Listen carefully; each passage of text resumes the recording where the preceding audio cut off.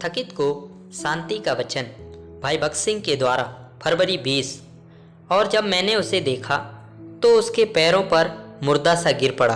प्रकाशित वाक्य 1 अध्याय का 17 पद। ये 3 छोटे शब्द यीशु को ताकते, जिसे हम इब्रानियों 12 अध्याय का 2 पद में पढ़ते हैं, एक बड़ा रहस्य समाया हुआ है। वे हमें बताते हैं कि सबसे पहले हमें अभी प्रभु यीशु को देखना चाहिए और फिर ना केवल इस पृथ्वी पर बल्कि अनंत काल तक उन्हें देखते रहना चाहिए। कनाडा में मैं नियाग्रा फॉल्स को दुनिया के 7 अजूबों में से एक माना जाता है। यह बहुत ही खूबसूरत नज़ारा होता है।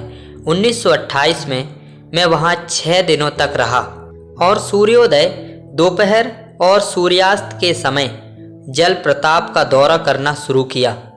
मैं उन्हें एक नए रूप से देखने लगा।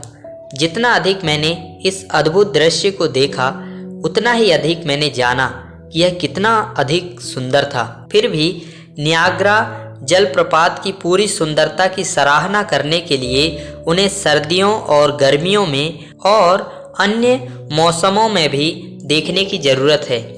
यदि नियाग्रा जलप्रपात की सुंदरता की सराहना करने में इतना समय लगता है, जो ईश्वर की रचना का एक बहुत ही छोटा सा अंश है, तो यह स्पष्ट है कि हमें अपने सृष्टिकर्ता हमारे प्रभु यीशु मसीह की सुंदरता की सराहना करने में अनंत काल लगेगा। वह बहुत ही प्रतापी और सुंदर है।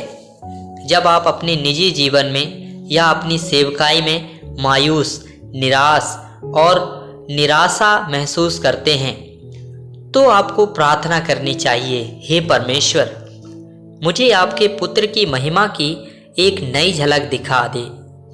यूहन्ना प्रेरित को प्रभु को बहुत निकट से देखने का सौभाग्य मिला था। उसने बहुत विश्वास योग्यता से उसकी सेवा की। वह उनसे कोई भी प्रश्न पूछ सकता था। वास्तव में वह अपना सिर प्रभु की छाती पर भी रख सकता था। उसने प्रभु को रूपांतरित होते देखा।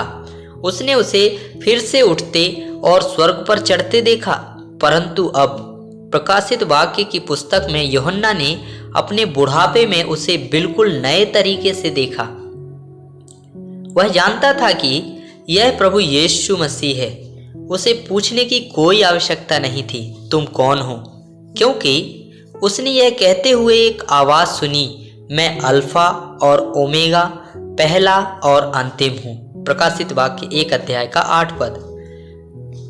यूहन्ना ने जो उससे बातें करता था उसे देखने के लिए मुड़ा और तुरंत उसके चरणों में गिर पड़ा और बोला, हे प्रभु, मैं कभी नहीं जानता था कि तू इतना सुंदर और इतना महान है। हमारे प्रभु यीशु मसीह यूहन्ना को इस प्रकार क्यों दिखाई दिए? उत्तर सरल है। हमारे प्रभु यीशु यूहन्ना से कह रहे थे, मैं चाहता हूँ कि मेरे लोग मेरे जैसे बने। इसलिए उस समय परमेश्वर के लोगों को अत्यधिक पीड़ा से गुजरना पड़ा। अब उदाहरण के लिए, यदि आप शुद्ध चमकीला सोना चाहते हैं तो सोने को पिघलाना होगा और आग में तपाना होगा। सुनार आग को तब तक गर्म करता है जब तक वह पिघली हुई धातु की सतह एक दर्पण की तरह ना हो जाए, जिसमें वह अपना चेहरा देख सके। पिघली हुई धातु में सुनार के चेहरे का प्रतिबिंब इस बात की कसौटी है कि सोना पूरी तरह शुद्ध है।